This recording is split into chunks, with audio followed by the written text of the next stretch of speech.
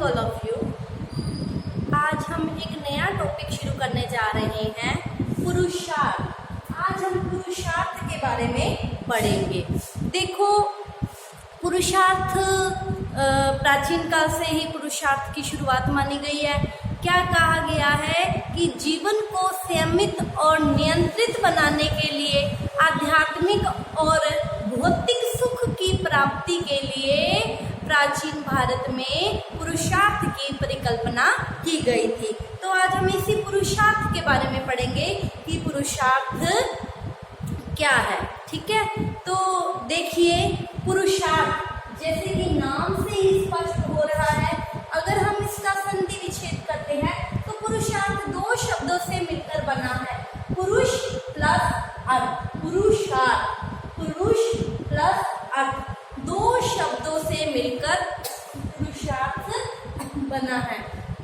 यहाँ पर अगर हम इस पुरुषार्थ का अर्थ समझते हैं तो देखो, पुरुष से मतलब पुरुष प्राणी और अर्थ से मतलब है यहाँ विवेक, बुद्धि। अतः पुरुषार्थ का मतलब है विवेकशील प्राणी, वह प्राणी जिसमें विवेक है, बुद्धि है, जो अपने जीवन को संयमित और नियंत्रित तरीके से जीता है, उसे क्या कहा गया है? विवेकशील प्राणी कहा गया है। ठीक है, और ये विवेकशील प्राणी बनता कैसे है? देखो, मैंने आपको बताया था कि जब बालक जन्म लेता है, उसमें कोई भी गुण नहीं होता। ठीक है, और जब वो अपने परिवार के साथ, अपने समाज के साथ रहता है तो उसमें ये गुण आते हैं। अतः व्यक्ति को विवेकशील बनाने के लिए ही किसकी परिकल्पना की गई थी? इसी पुरुषार्थ की परिकल्पना की गई थी कि पुरुषार्थ के द्वारा ही व्यक्ति विवेकशील प्राणी बन सकता है। ठीक है, तो देखो, पुरुषार्थ के दो मेन लक्ष्य माने गए हैं। ठीक है, क्या कहा गया है?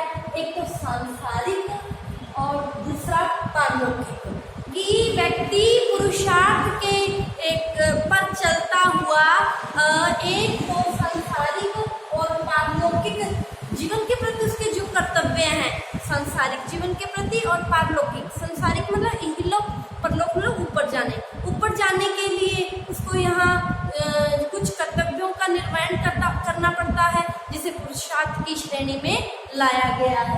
क्या कहा गया है कि पुरुषार्थ के दो लक्ष्य माने गए हैं, एक तो सांसारिक और पारलौकिक कर्तव्यों को पूरा करता है, पुरुषार्थ के द्वारा ही व्यक्ति सांसारिक और पारलौकिक कर्तव्यों का निर्वहन करता है, और दूसरी ओर आर्थिक, शारीरिक, नैतिक और धार्मिक जो हमारे मूल्य हैं, उनको भी व्यक्ति इसी पुरुषार्थ के माध्यम से ही क्या करता है? संतुलित करता है और अपने जीवन को नियमित और नियंत्रित करता है। ठीक है, तो क्या कहा गया है आगे कि जीवन को, जो हमारा जीवन है, जीवन को आध्यात्मिक, भौतिक और नैतिक दृष्टि से उन्नत बनाने के लिए इस पुरुषार्थ की परिकल्पना की गई है। आध्यात्मिक सुख, आध्यात्म मतलब धर्म से संबंधित, आध्यात्मिक सुख, नैतिक सुख और भौतिक सुख। यहाँ पर भौतिक सुख से मतलब है संसार की सुख सुविधाएं, और नैतिक जीवन से मतलब है कि व्यक्ति का जीवन नियंत्रित हो, वो अच्छे कार्य करे। ठीक है, इसी आध्यात्मिक, नैतिक और भौतिक दृष्टि से जीवन को उन्नत बनाने के लिए ही पुरुषार्थ की कल्पना की गई है। ठीक है, और क्या कहा गया है कि पुरुषार्थ के द्वारा ही व्यक्ति अपने जीवन को कर्तव्यों को पूरा करता है और आगे परलोक में सुख का भागी बनता है, मतलब जीवन का जो लक्ष्य है उसको पूरा करता है। तो देखिए, ये जो पुरुषार्थ है, क्या कहा गया है? किसी पुरुषार्थ के कदमों पर चलता हुआ ये व्यक्ति अपने कर्तव्यों का भी निर्वहन करता है और एक आदर्श पूर्ण जीवन व्यतीत करता है। क्या कहा गया है कि व्यक्ति का सर्वांगीण विकास अगर करना है तो जीवन में पुरुषार्थ जरूरी माना गया है। क्यों? क्योंकि पुरुषार्थ पर चलते हुए व्यक्ति जीवन के प्रति अपने भी कर्तव्यों को पूरा करता है, और क्या करता है, जीवित रहते हुए, है ना, समाज के प्रति जो उसके कर्तव्य हैं उनको भी क्या करता है, पूरा करता है। अतः जो पुरुषार्थ है वो जीवन के लिए महत्वपूर्ण माना गया है। ठीक है, और क्या कहा गया है कि ये पुरुषार्थ 4 माने गए हैं। ठीक है, इसीलिए इन पुरुषार्थों को चतुर्वर्ण के नाम से भी जाना जाता है। जीवन में कितने पुरुषार्थ माने गए हैं? 4 पुरुषार्थ माने गए हैं, और इन्हीं पुरुषार्थों पर चलते हुए व्यक्ति निष्ठावान होकर अपने कर्तव्यों का पालन करता है। कर्तव्य पालन के लिए संसार में जो भी है 4 जो हमारे आश्रम माने गए हैं, ठीक है, इन आश्रमों के लिए भी इन पुरुषार्थों को क्या माना गया है, आवश्यक माना गया है। ठीक है, और ये 4 पुरुषार्थ कौन कौन से हैं? देखिए, धर्म, अर्थ, काम, मोक्ष। धर्म, अर्थ, काम, मोक्ष, ये 4 जीवन के पुरुषार्थ माने गए हैं। तो हम देखते हैं कि ये 4 पुरुषार्थ क्या है। धर्म, पहला है धर्म। धर्म, देखो धर्म क्या है, यहाँ धर्म का अर्थ है धारण करना। जीवन जीने के लिए हम जो चीज धारण करते हैं उसे क्या कहा गया है, उसे धर्म कहा गया है। कि व्यक्ति जीवन जीने के लिए जो चीज धारण करता है वो क्या है, धर्म है। अतः धर्म का यहाँ अर्थ धारण करने से लिया गया है। ठीक है, और क्या कहा गया है कि भारतीय संस्कृति का मूल मंत्र ही धर्म को माना गया है, और इसीलिए तो कहा गया है कि हमारी संस्कृति आज भी जीवित है। क्यों? क्योंकि यहाँ के जो लोग हैं हमारी संस्कृति के हमारी संस्कृति का जो मूल मंत्र है धर्म, धर्म से क्या है, जुड़े हुए हैं। यही कारण है कि हमारी संस्कृति लंबे समय से चली आ रही है, और आज भी चल रही है, और आगे भी चलती रहेगी।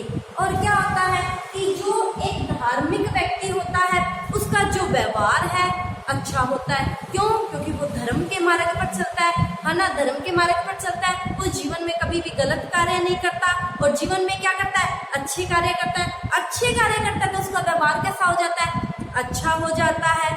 इसीलिए तो, और धर्म पर चलते हुए उसको ये रहता है कि ये मेरा कर्तव्य है। अगर व्यक्ति धर्म के मार्ग से हट जाए तो उसको अपने कर्तव्यों का भी ज्ञान नहीं रहता, और उसका समाज के प्रति व्यवहार भी अच्छा नहीं रहता। इसीलिए देखो महाभारत में भी क्या कहा गया है, धर्म वही है जो दूसरों को कभी भी कष्ट नहीं देता। और क्या करता है धर्म, हमेशा ही लोक कल्याण, जिसमें लोगों का कल्याण हो, समाज का कल्याण हो, वही कार्य करता है। तो महाभारत में धर्म के बारे में क्या लिखा है, धर्म क्या है, धर्म वही है जो दूसरों को कष्ट नहीं देता और समाज का कल्याण करता है। वही क्या है, वास्तव में धर्म है। धर्म से ये मतलब नहीं है कि हम पूरा दिन तो पूजा आराधना करें और दूसरों का बुरा करें।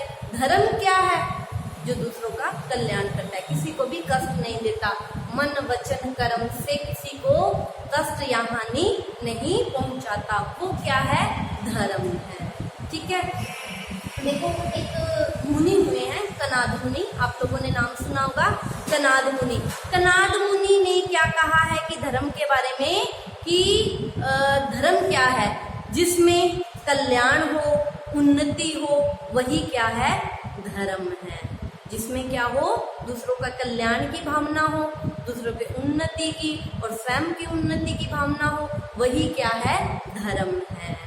ठीक है, और मनुस्मृति क्या कहती है धर्म के बारे में, कि मनुस्मृति के अनुसार धर्म का रूप बदलता रहा है।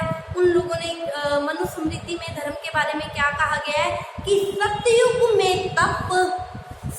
में तप, त्रेता में ज्ञान, द्वापर में यज्ञ और कलयुग में दान ही धर्म है। देखिए आप लोगों को पता है 4 युग हैं, सतयुग, त्रेता, द्वापर और कलयुग।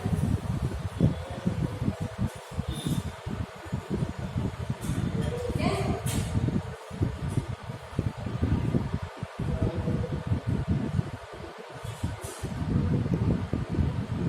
देखो सतयुग में धर्म क्या था?